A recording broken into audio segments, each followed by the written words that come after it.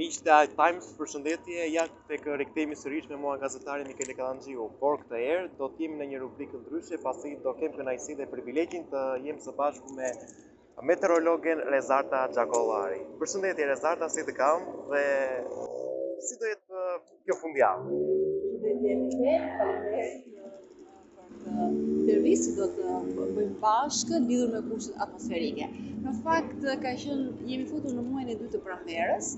Muaji mars na surprizoi me temperatura shumë të larta dhe se pati reshje jo vetëm në Shqipëri, por edhe jo vetëm në Europë dhe në Shqipëri. Dhe ka nisur muaji prill me një mod i paqëndrueshëm, me reshje shiu, por me temperatura me luhatje. Në fakt, këto temperatura që kemi përjetuar këto ditë e para të muajit prill, mund t'i themi që janë tipike të pranverës. Dhe në fakt të gjithë po mundohemi dhe të gjithë duket se po na vjen pranvera, temperaturat do të në rritje, por do të kemi ndryshime. Do na vi sërish, do të rikthehet dimri. Pra duke nisur nga nesër, pra sot kemi një ditë me diell, edhe pse në zonat malore temperaturat janë relativisht më të ulta, por perëndimi, pjesa e jugut, Bregdeti, sot temperaturat do të jenë rreth 17 deri 20 gradë. Dhe ndërsa nesër menjëherë do të kemi një masë ftohtë nga Arktiku e cila zbret në Ballkan, në territorin e Shqipërisë, do të kemi reshje bore, pra do të kemi një ndryshim të menjëhershëm. Na vijnë këto masë fajrore të ftohta dimrore, të cilat do të shkaktojnë një anomali në këtë javën e dytë të muajit prill. Reshjet e borës do të jenë për gjatë gjithë verilindjes edhe juglindjes, do zbresin deri në lartësitë 600 metra mbi nivelin e detit, pra edhe qytetet si parashikohet që borat të fshihut, edhe qytetet si Peshkopia apo Korça, të cilat janë stacione malore dhe janë në 600 metra lartësi dhe do të ketë reshje bore intensive. Reshjet e shiut do të jenë në pjesë perëndimore dhe sigurisht që situata shoqërore dhe me një rënje temperaturave. Pra nesër do të kemi një rënje të menjëhershme me 6-7 gradë. Ndërsa fillimi i javës, menjëherë ditën e hënë do të mbeten reshjet e borës në juglindje, por pjesa perëndimore do të kthellohet, por do të kemi rënje tjetër në temperaturë, do të zpresin në minus, pra në -2, -3, por edhe -4 gradë do të jetë deri u vendit, por edhe pjesa perëndimore nuk do t'i kalojë 12-13 gradë gjatë mesditës. Pra do të kemi të paktën një muaj prill me kapriço, por unë dua ta theksoj, kam vërtetësisht 20 vjet të meteorologe dhe edhe muaji prill nuk është ndonjë çudi që ne kemi këto anomalit, pasi është fundi i muajit prill ai i cili përcakton që largohen totalisht formacionet barike masë e ftohta arktike, polare apo atmosferi rus, është muaji prill ai që i tërheq përfundimisht dhe vjen në fundin e muajit prill, gradualisht rikthehet cikloni i Afrikës apo i Azoreve, i cili këta luajnë rolin kryesor në stinën e verës në të gjithë hemisferën veriore.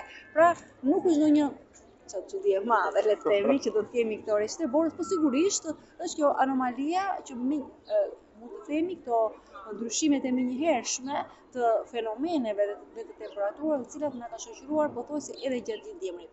Ne tashmë meteorologët, por edhe zyrat me tokë zyra meteorologjike e Londrës dhe që janë lider, ja kemi faturuar dhe me të drejtë edhe kësaj ndrojës globale, të cilat i shkakton këto lloj, përpos gjërave të tjera, shkakton edhe këto lloj ndryshimesh të menjëhershme në stinë, pra nuk po ruan një rend të stina.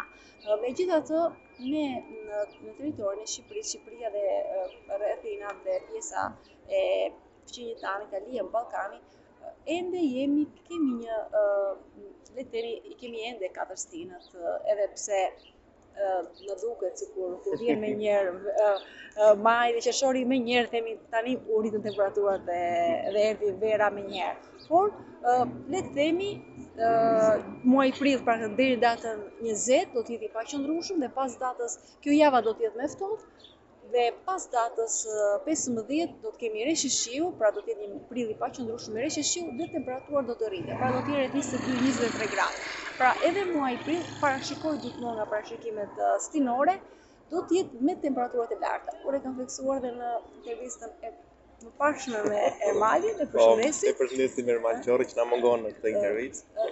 Që do të jetë edhe muaji prill parashikohet të jetë me temperatura mbi mesataren, dhe na parashikohet që maji, qershori dhe korriku do të jenë të freskëta. Nuk do të kemi këtë nxehtësinë ekstrem. gjitha këto veten për të rikonformuar. Këto janë parashikime të afatgjata nga zyrat meteorologjike e Londrës, të cilat bën klimatologji, kanë një margj gabimi të lartë, por kanë një tendencë. Të gjitha mbeten për të rikonformuar. E kuptoj, unë ju falenderoj dhe të gjithë ju miqtë e A-Timesit që keni vendosur që këtë fundjavë të bëni gati valixhen për të shkuar me pushime, mos shkoni se pasi do të kemi një mot të paqëndrueshëm sipas meteorologes Rezarta Xhakollari. Rezarta, unë të falenderoj për audiencën time të A-Timesit që na dha këtë parashikim të motit. Shumë faleminderit dhe kënaqësi për mua.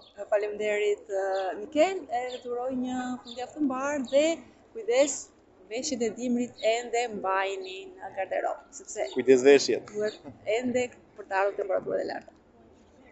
Faleminderit dhe miru takofshim në intervista të tjera, së bashku dhe me kolegun Ermal Qorri. Faleminderit.